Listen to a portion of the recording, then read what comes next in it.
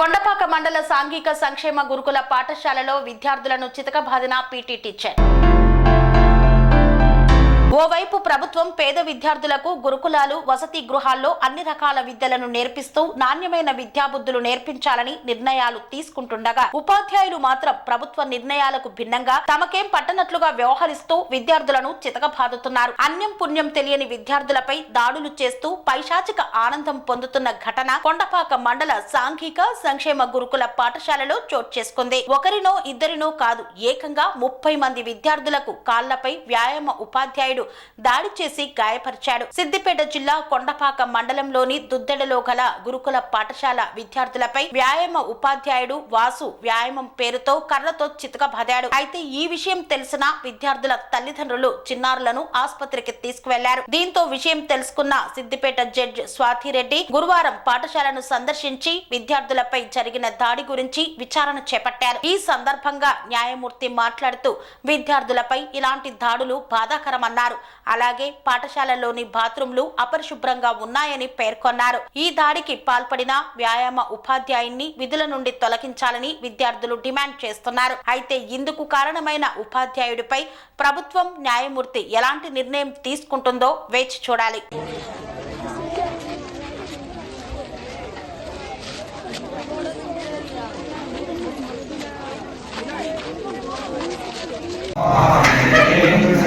అందరూ బయట పడతారు.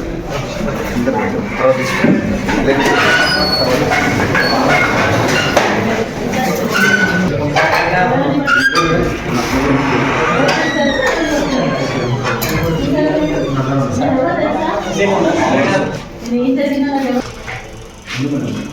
ఉండండి, మీకు ఎవరు లేకుంటే పిల్లలు ధైర్యంగా చెప్తారు. చెప్తారు మేడం, ఇప్పుడు కూడా ఎవరు చెప్తారు నాకు?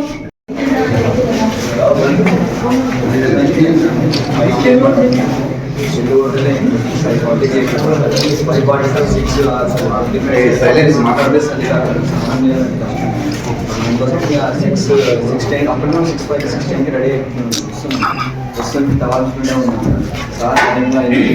సార్ వచ్చిన లేట్ వచ్చి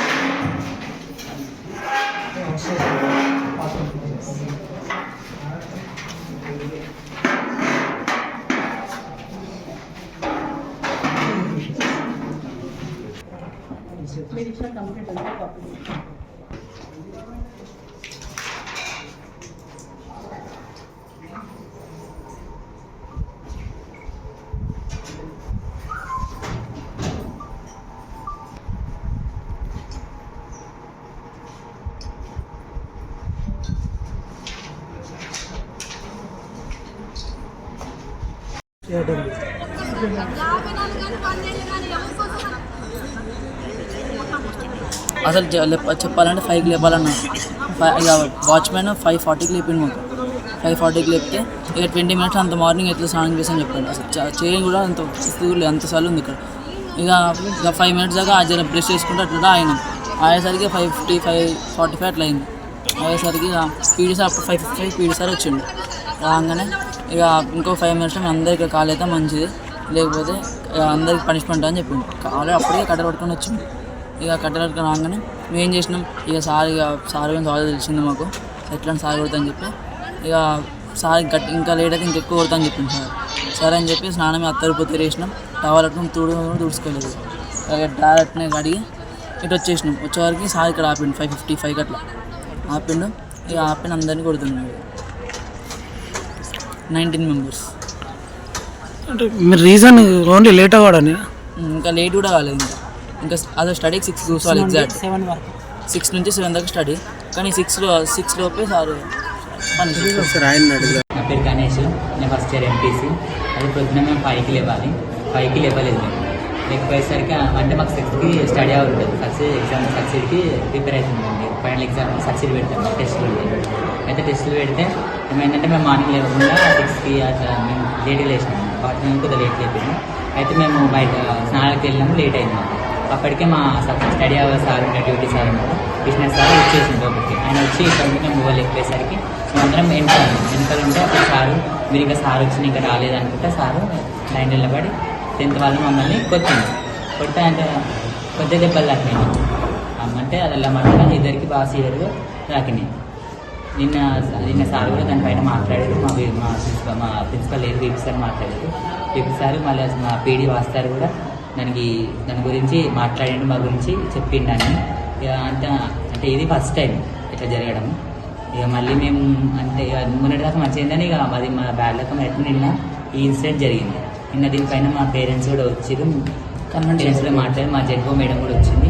నిన్న వచ్చి మేడం కూడా మాట్లాడింది, సార్ పైన తగిన యాక్షన్ తీసుకుంటా అని చెప్పింది. అంటే సార్ గురించి చూసినట్టయితే సార్ అయితే మంచిగా స్పోర్ట్స్ పరంగా మాకు అన్నిటి ఎంకరేజ్ చేసింది. కానీ నిన్న ఇది అయితే జరిగింది. నా పేరు ఈ అజయ్. నేను మొదటి సంవత్సరం ఎంపీసీలో చదువుతున్నా, గురుకుల పాఠశాల కొండపాక. అయితే నిన్న ఏమైందంటే నిన్న 5:40కి వాచ్మెన్ లేపిండు.